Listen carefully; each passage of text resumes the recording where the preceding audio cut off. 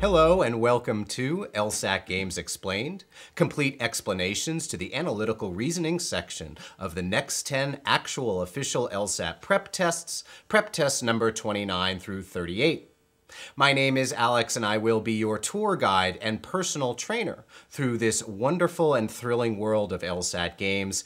And of course, it is a wonderful and thrilling world indeed. Before we get started, we do need to make sure that you actually have the 4 things that are absolutely necessary in order to effectively view this DVD. To begin with, you are going to need, of course, this book, the next 10 actual official LSAT prep tests, because we will be talking about the games in this book. Alternatively, of course, you could just have LSATs number 29 through 38. You can get this book at any online bookseller, but you will need it for the purposes of this DVD. Second, you will of course need your LSAT training manual that came with the DVD. This provides a very specific step-by-step method for dealing with these games, and you're going to need to have this by your side at all times. Third, remote control. You're going to need to have your remote control handy because I'm going to have you pause during various times during this DVD and have you do some work on your own. Maybe read some stuff over, write some stuff down. So please have this handy. Finally, you will need a pencil. Not a pen, a pencil. See, as an eraser, because you are going to make mistakes during this DVD. So please have this handy as well. Okay, so that being said, the first thing we need to do is kind of preview how this DVD is going to go. And the first thing I'm going to talk about is what your expectations should be. And then I'll get into the more specific curriculum of the DVD. So to begin with, this DVD provides far more than mere explanations to the LSAT games. It provides a very specific step-by-step method for dealing with any game that you might see on the LSAT. In other words, as long as you end up mastering this 4-step method for games and view this DVD perhaps multiple times, you will know exactly what to do with any game that you might come across on the day of the test. It'll allow you to attack these games quickly and efficiently.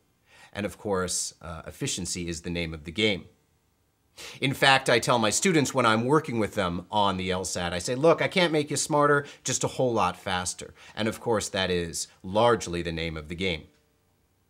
In terms of the general curriculum of how this DVD is going to run, the first thing I need to do, of course, is introduce you to this 4-step method. And then what we're going to do is pull a couple of games kind of out of order from the book. There are a couple of games that are just more amenable to learning this 4-step method.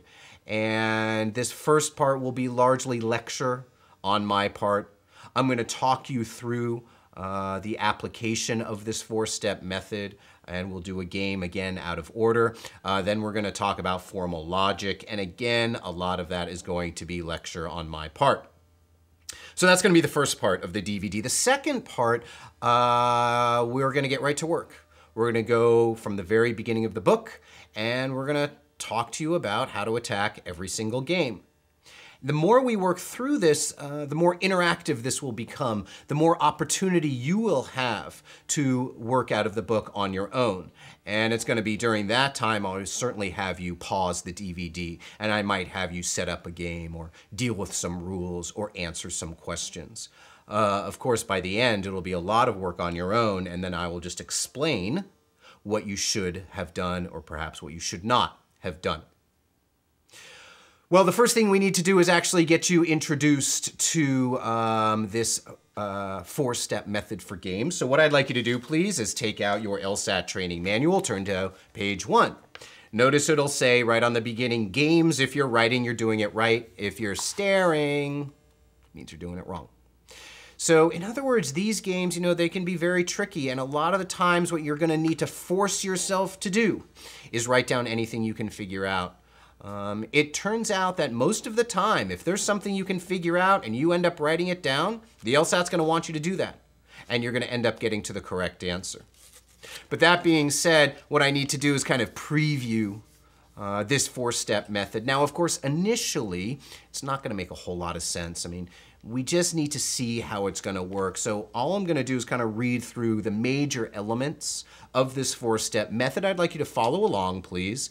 And then we will get right to work on a game. So notice game's 4-step method. Step 1, write down the entities, the number, the type, and the characters. So we want to get right to work. Notice it doesn't say, think about the type of game. It doesn't say, read over the type of game. It says, write down the entities. Again, because if you're writing, you're doing it right. If you're staring. So entities, you know, these games, they'll have stuff like trucks, or 6 birds, or 6 pieces of fruit, or 2 mannequins, or 5 people, or what have you. And of course, you'll see how that's going to work. Step 2 is to create a sketch based on the type of game, and we'll talk about in just a minute what I mean by the type of game. But notice it says almost always use slots or a chart. Generally, there's only going to be 2 sketches to use on these games. Sometimes other things we're going to use, but generally only 2 types of sketches that we need to know. Number 3, you're going to write down the rules, and number 4, you're going to answer the questions appropriately. Well, let's keep moving on. Please notice it says game step 2, types and sketches. And notice here we have 7 types of games: sequencing, yes, no, distribution, matching, selection, and combination. And of course, we will talk about all of them. Next page, please. Game step 3, write down the rules. Notice again, write down, get to work, get to writing. It says do the following whenever possible. So notice we have 8 elements here to deal with the rules, and that's quite a bit, but eventually you will learn how this works. The most important will be the first 4 elements, where it says number 1, build the rules into the sketch. Number 2, rephrase rules as blocks. Number 3, rephrase rules into if-then form. That's your formal logic, by the way. And finally, rephrase rules into specific numbers, and again, you will see how this works. Next page, please. You will notice it says game step 4, answer the questions appropriately. And notice this big, long page on game step 4, answering the questions appropriately. What a lot of students might believe about the games is that they feel like as long as they can kind of figure out the type of game and get the sketch going and figure out the rules properly, well, then the questions fall right into place. Not necessarily. Okay. You want to make sure to answer these questions appropriately, and notice there are 7 elements to answering these questions appropriately. Finally, if you go on to the next page, we have formal logic, if-then statements. And again, that's going to be a major part of these games, and that is something that we will be talking about as we go through this DVD.